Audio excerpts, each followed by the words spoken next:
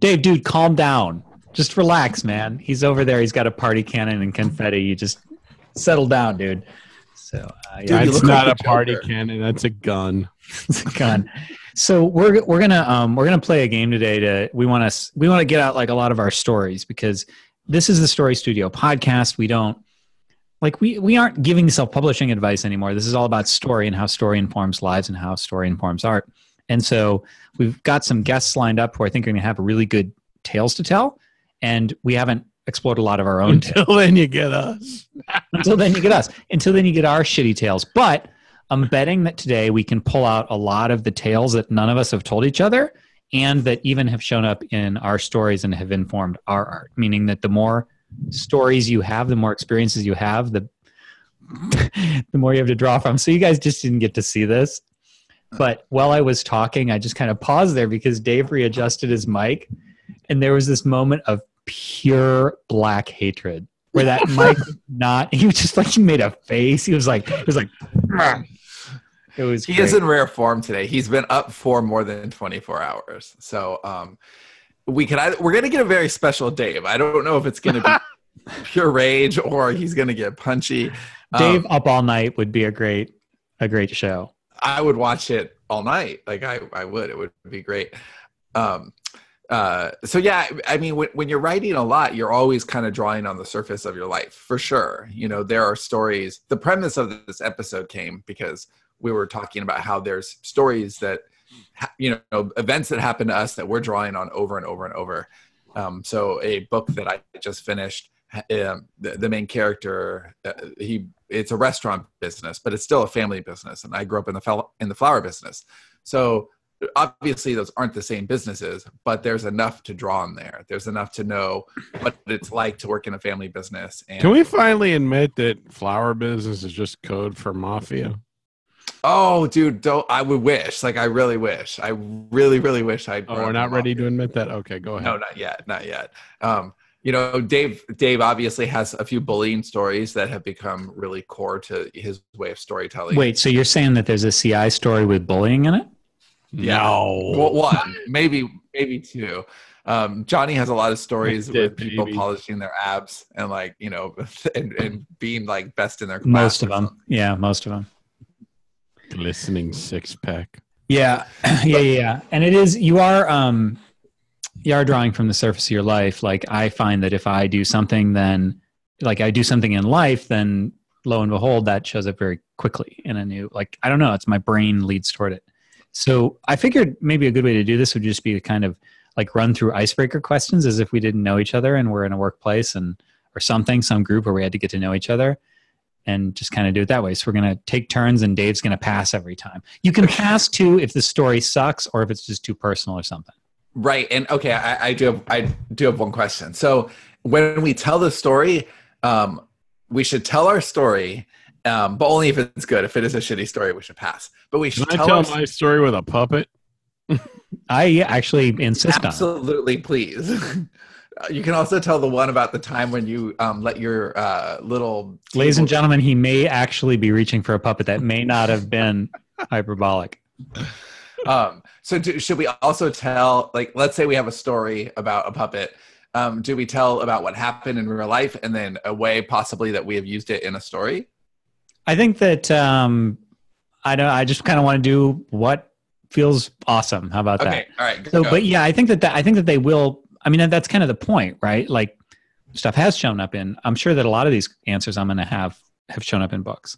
Okay, so let's see. Well, what was your first job? Is that for me?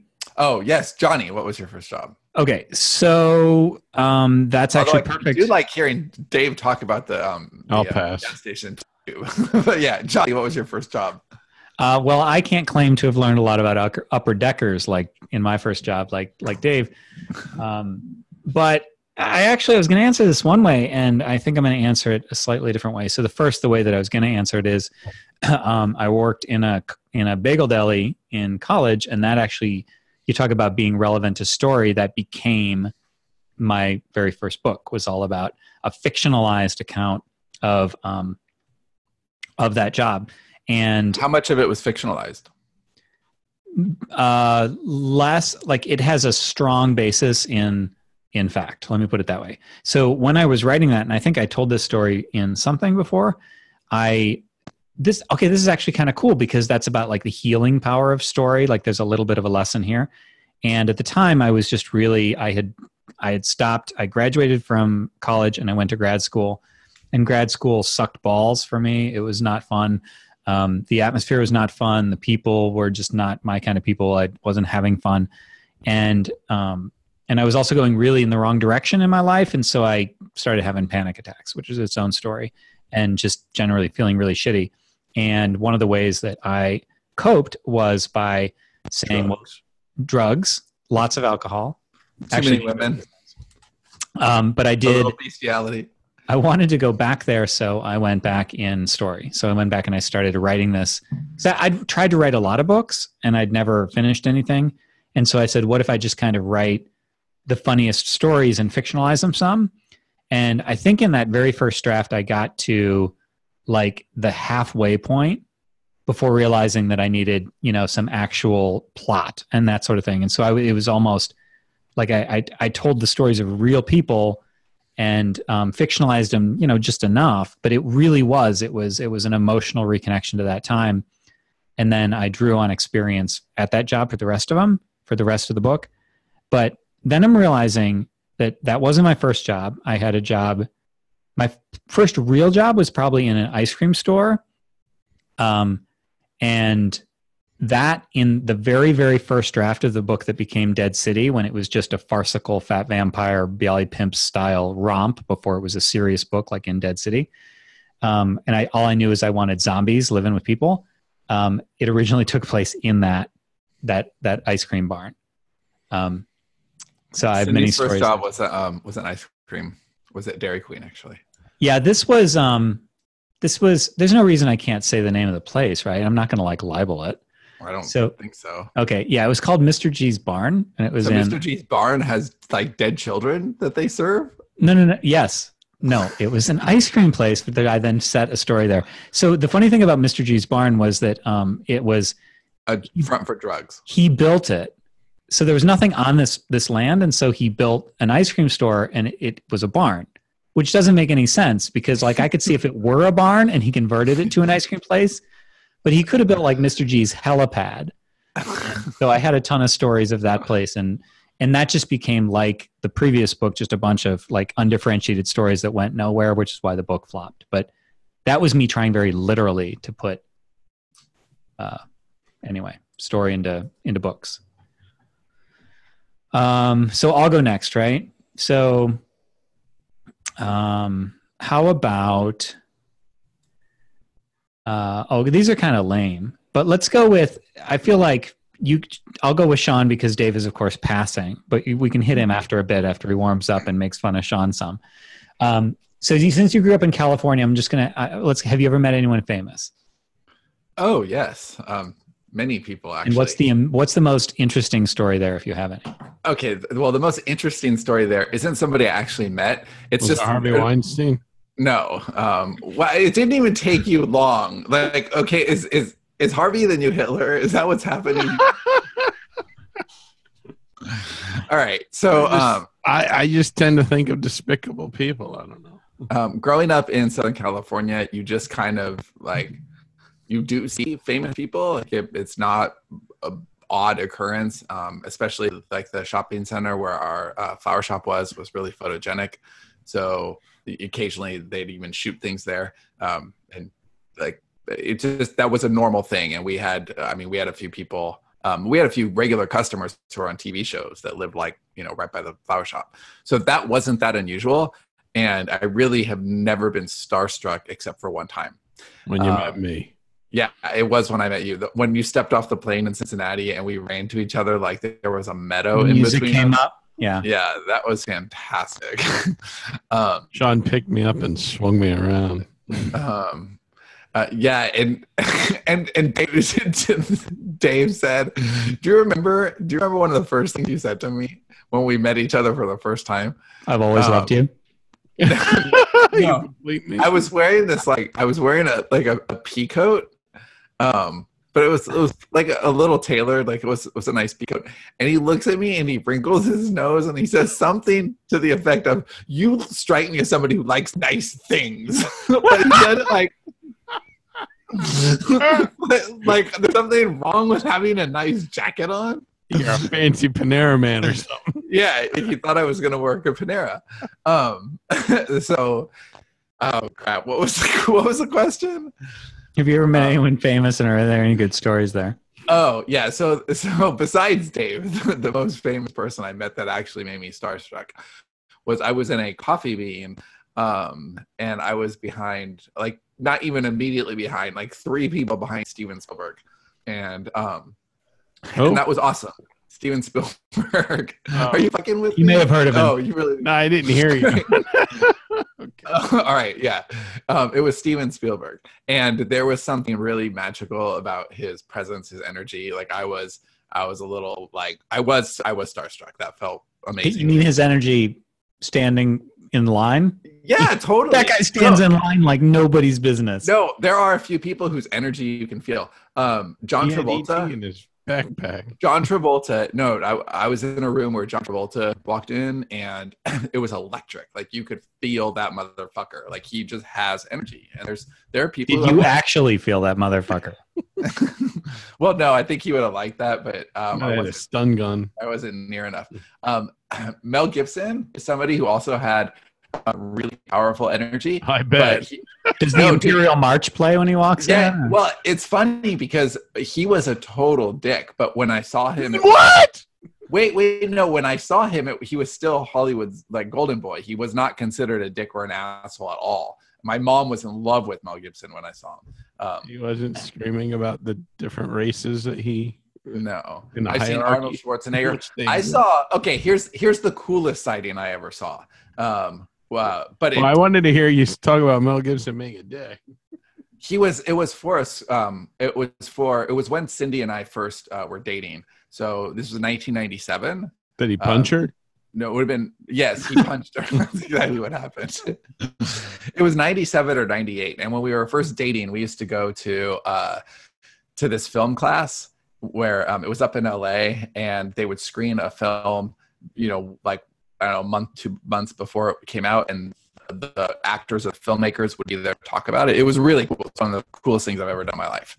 And we did like a year. Change the ending based on what idiots thought about it. No, it wasn't like that. It wasn't. I did a lot of those in LA too, but those are screenings. This was different. This was more like it was a film critic. The film critic Ron Lurie is the guy who put it on, and it was just like you had to sign up for it. It was a really awesome thing. Pleasantville, I saw like 6 months before it came out, and Gary Ross was there, and it was really cool.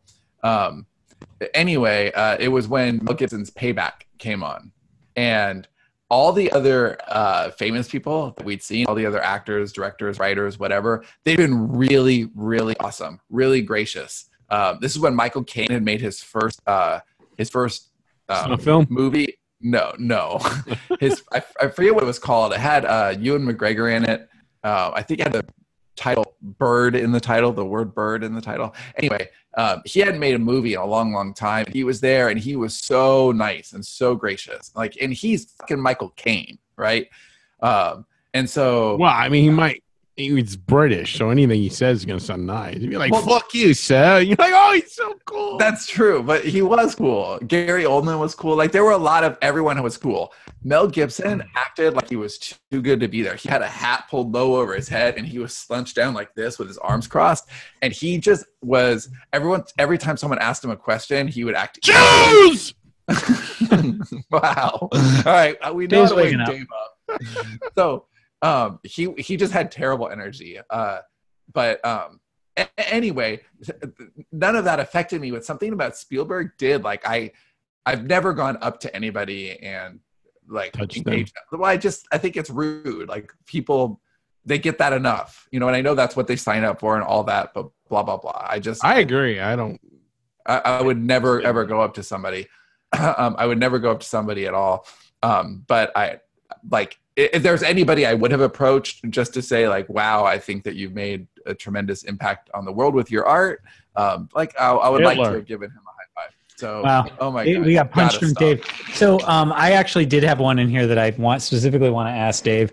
But before I do that, I just want to mention really quickly that I have one and only one celebrity sighting, and it was Dan Quayle. Wow, wait, that's your only celebrity sighting?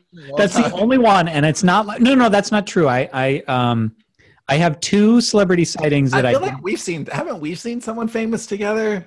No? I don't know. I had two that just happened. The first was I was like in a Saturday morning bowling league with my friends or something when I was in high school because I was real hip, and Dan Quayle just came in. Like it was like the Secret Service guys came. It must have been a photo op because it was during. That's actually kind of awesome. It was really weird, yeah. And he just bowled and then he left. And then the other was that I was in a Barnes and Noble again, just hanging out, like no whatever. And there was something going on at the front. Dan Quayle came in. It was George Takei, so who was signing copies of his book, and that was kind of cool. Okay. What's celebrity? Because you've seen. Is Tucker a celebrity? Yeah, I guess, but when they're in our circle, it's less dramatic for me, because they're just like, I don't know Tucker as like celebrity author or whatever. I just know him as like a smart marketer, Right. And I didn't actually. I know him as a guy that makes fun of me. Yeah. I still want to do that podcast. So can I ask this question to Dave here? Cause I just found wait. I gotta go. And I have one for Dave. And it's, what is something that is popular right now that annoys you? No dead air. keep people in suspense. Everything. Do you want to pass? Because Johnny's all ready to go with another. Yeah, let Johnny go. We'll come back to that. Well, it's also for you. I mean, I gotta narrow the list down. Okay, you go. Maybe I'll have. All right. So, and I don't know that there's a story here, but it feels like it's ripe for potential. What's the strangest family tradition in your family? Oh, when we get together with Mel Gibson. And it could be. I would think it could be you as the child with your your parents and stuff, or it could be your family that you are the head of. Oh, well, okay. I mean, this isn't a strange tradition. Well, you're not interesting enough. This is okay. So I already assumed he passed. I have no traditions. My family had no traditions. Yes, they did. What do you bet Dave has? Your tradition was like, work harder, wasn't it? What do you bet Dave has really... Like he thinks he has no traditions, but if we were ever to see them, we'd be like, "You do what?" Oh, I bet you anything. I bet he's ignoring your family. Like on Easter, instead of hiding eggs, there's beatings or something. Yeah. It's like the episode of The Simpsons with the snakes, where they get Whacking Day. Yeah, Whacking Day. You want to know my punishments? My punishments are those traditions? Yes, those are traditions. Well, all right. So let's hear Sean's answer. And just as a bonus question, has it ever made it into a book? Because I feel like a lot of this stuff leaks through. Okay, well, one of our traditions for sure makes it into everything I write, and that's every Sunday, pretty religiously. It really was our church. We would go to a movie as a family, like all four of us. The store either was closed on Sunday, or it was the one day that the part-timers could handle it, and my parents didn't go in, and we would usually spend that time as a family going to a movie. And so, like, love of story was, like, I got it in a lot of ways for sure, but being able to consistently count, I would say at least 2, if not 3 out of 4 Sundays throughout my entire childhood, I would see a movie with my family. So that was very, very traditional. It was ritual, and it's passed on now. Like, we watch movies all the time as a family. It's Friday night, like we'll be watching a movie tonight for sure, and it's sacred. In fact, the children have had really varied schedules lately, and this is the first Friday night in like a month that we're all going to be home and able to have movie night. So it's like important, like, hey, it's movie night. So yeah. Actually, speaking of real life and family style and surrounding and whatever, making it into books. I haven't read a lot of Sean and Dave's stuff. I read Yesterday's Gone season 1. I read Crash. I read something else I don't remember, but I don't keep up as much as I would like to. But recently I read a book that Sean wrote mostly by himself. What was the first? It was the thriller with the Yeah, I know what you don't need to say the Yeah. name. Okay. But I know Okay. So, well, whatever it was, but you wrote that by yourself pretty much, right? I mean, I know that you had outlining help and all that sort yeah, of thing. Dave gave me the outline and I did the draft 100%. Yeah. So I Is had the one you just did. no, it was a while ago. This is several books ago. It's the one that I matched you with Nano when you were off making dead babies on Christmas.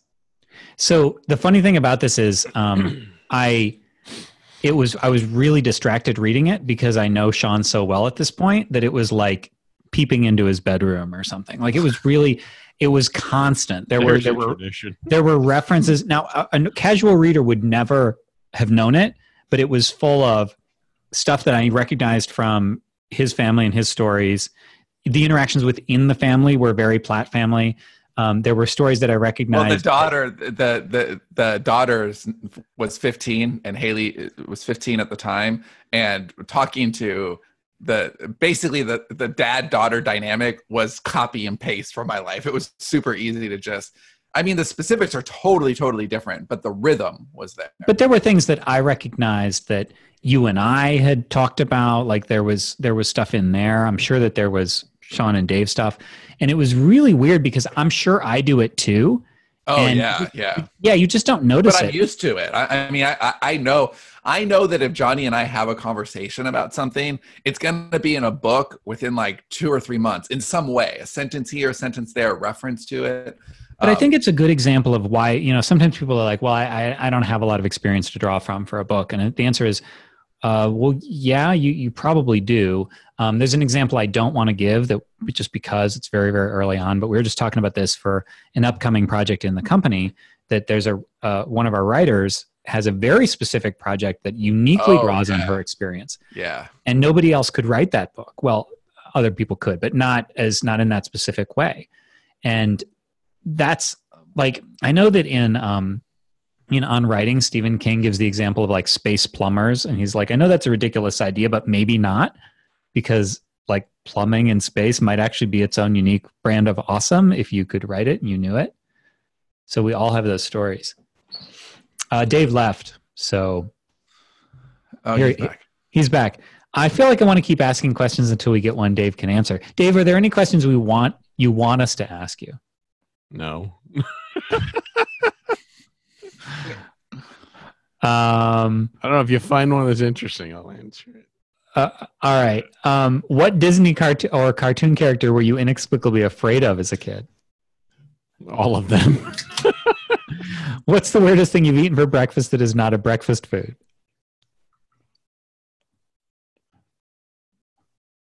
I would ask, do you have any crazy roommate stories? But you can just listen to worst show ever. All right, here I have one for. I have. Oh, you have a roommate story? I have a few. Okay. Okay. All right. Yeah, rock those on. I don't know that they're crazy. I don't know. I had. You teased us. Deliver. One roommate I lived with. I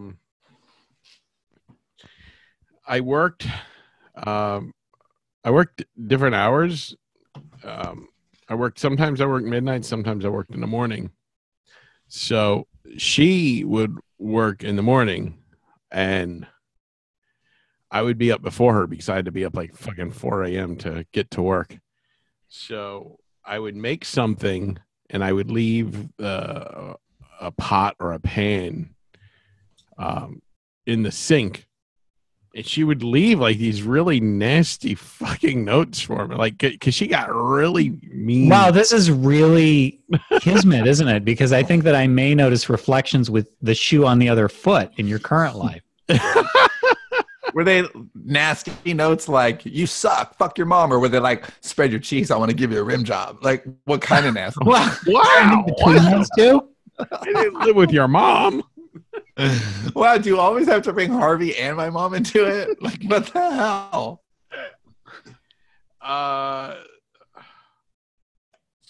Dave's got a deal-a-meal deck of Sean's life. It's or a life. It's got the character cards are Sean's mom, Hitler, Harvey Weinstein. Anyway, so the pot. Wow, it's a very rare deal-a-meal reference. She threatened me saying that who, my mom? Yes. Oh, we're back to your neighbor. Sorry.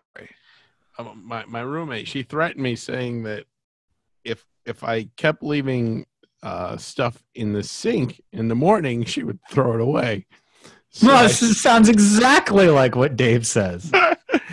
So what I did was I said, well, fuck that.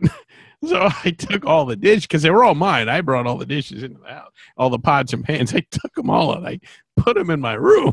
I said, well, you fucking find your own dishes. So that was the beginning of the end of that one. Right. So this isn't something you grew into. This is just how you've always been. If only there were a Yelp for roommates.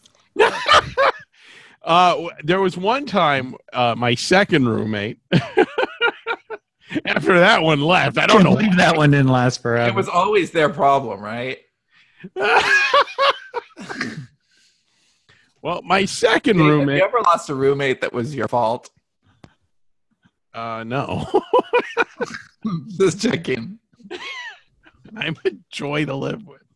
Oh, I'm sure. I was just double checking.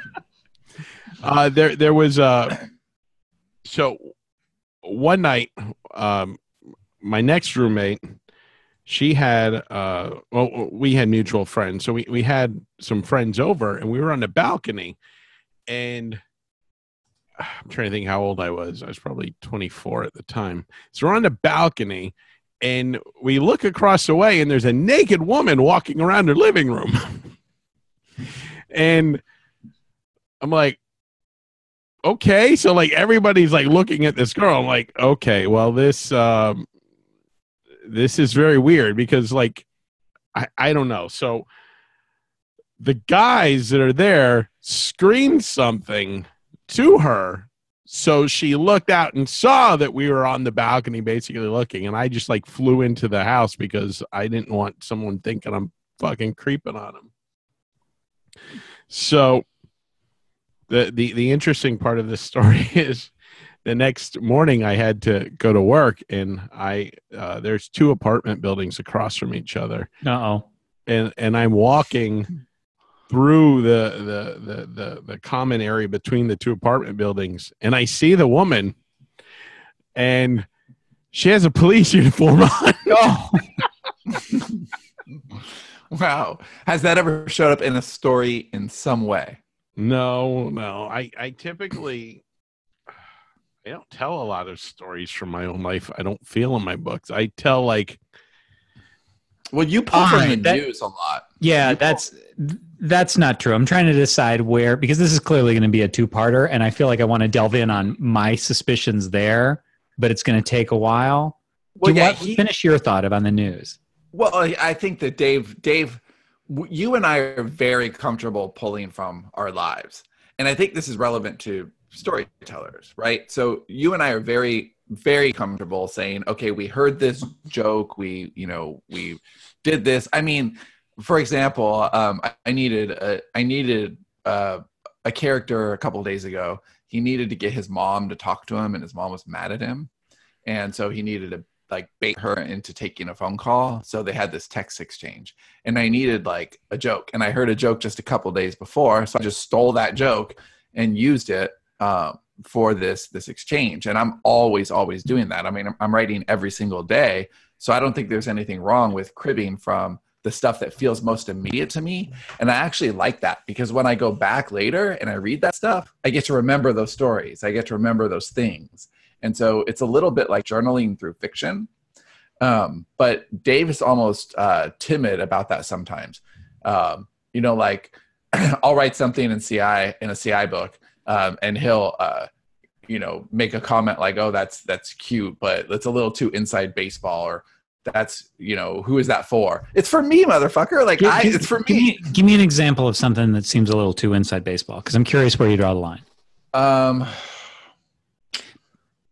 Because I think that, and here's where I'm going with this. So when I was reading and I already mentioned this, when I was reading that book and seeing all of the stories, like just laid bare, because I know the machinery behind the curtain, I don't think that it would have been apparent to anybody else. Like it wouldn't have seemed inside baseball. It would have just seemed like a quirk that was invented by the author. Right. And that's the whole point. Like Dave's worried that people will see those themes. And first of all, they won't. Second of all, even if somebody like a listener happens to see something like that, it just makes them feel special. I can think of an example where I thought it was too inside baseball. It was some character that was going on and on about like online marketing or something, entrepreneurship. And it was very much like how you think about these things. And I'm used to that.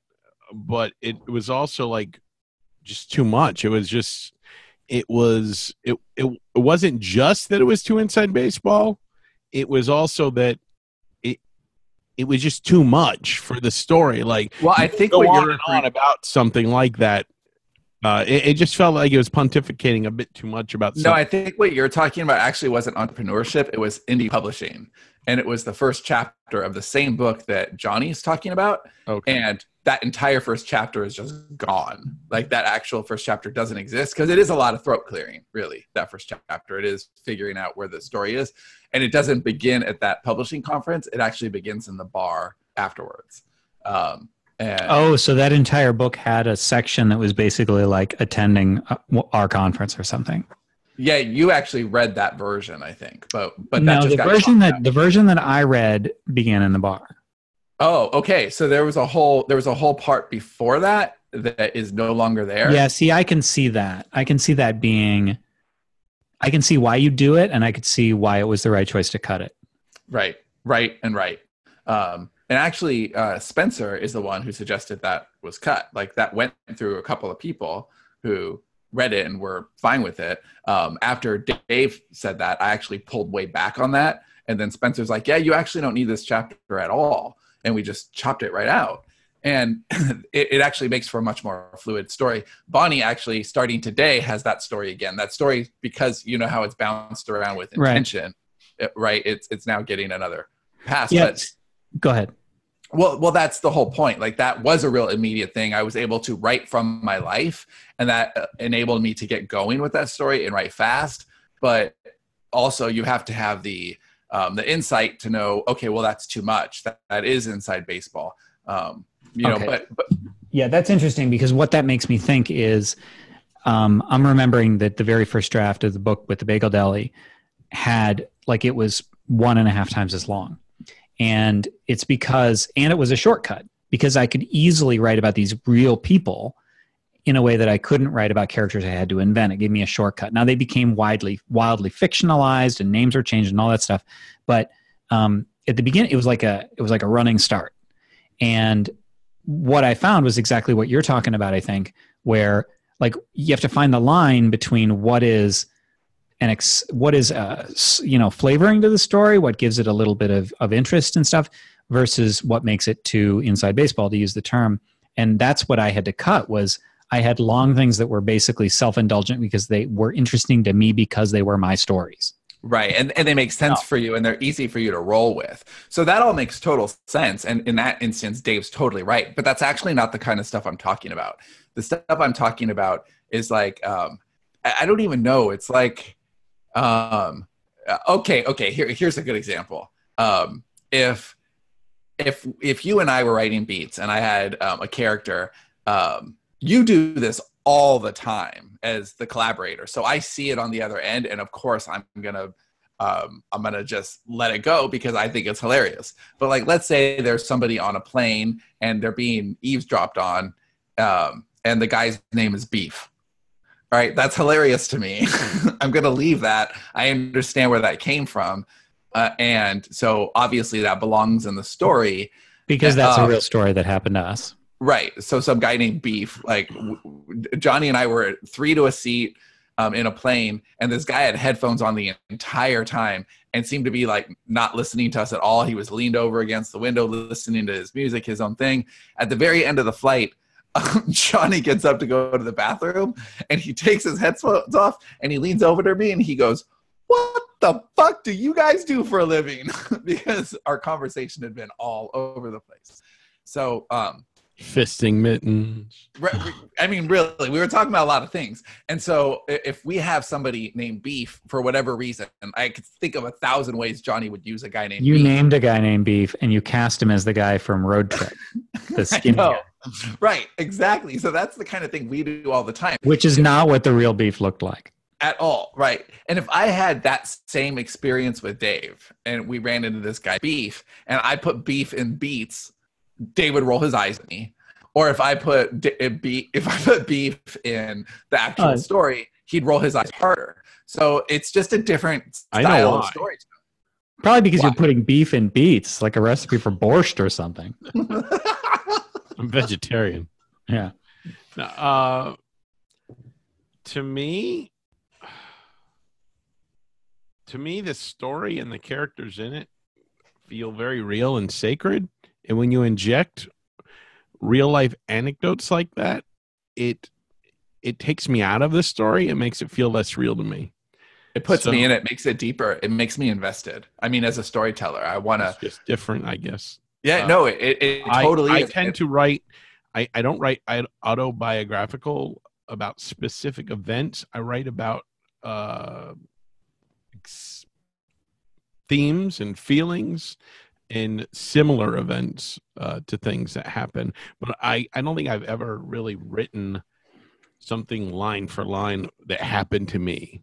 The closest I can think of a scene that I lifted straight out of reality was a scene in Available Darkness where the kid is pretending to sleep while his father is standing in the room behind him, and he's afraid if he lets his father know that he's awake, he might get an ass whooping. And that is a scene that I actually took from my friend Todd's life. And I told him I was going to do that before he died. So that's the only thing that I've actually taken like almost verbatim from reality. Well, I want to put a cliffhanger on this and stay tuned for the next week because I have many follow-up questions and I feel like it's going to be a good, rich discussion that's going to tell us a lot more about using real life stories for your fictional stories. So why don't we just cork it at that? Have I reminded people about Smarter Artist Summit in a while? I'll do that. SmarterArtistSummit.com. It's the last one. I'll leave it at that. Your last chance to see the three of us together probably ever. Because we'll break up after this. It'll be like the end of the Beatles. Well, no, this is like basically think of the Smarter Artist Summit 2019 like the rooftop Beatles performance. The police will probably end up breaking it up, and that's it. Because Dave called them on us. Rooftop, I might crush it. Get me back to Florida. All right. Well, thanks for listening. And like I said, stay tuned for part 2 of this very, very interesting series, I'm sure. Adios. Yeah.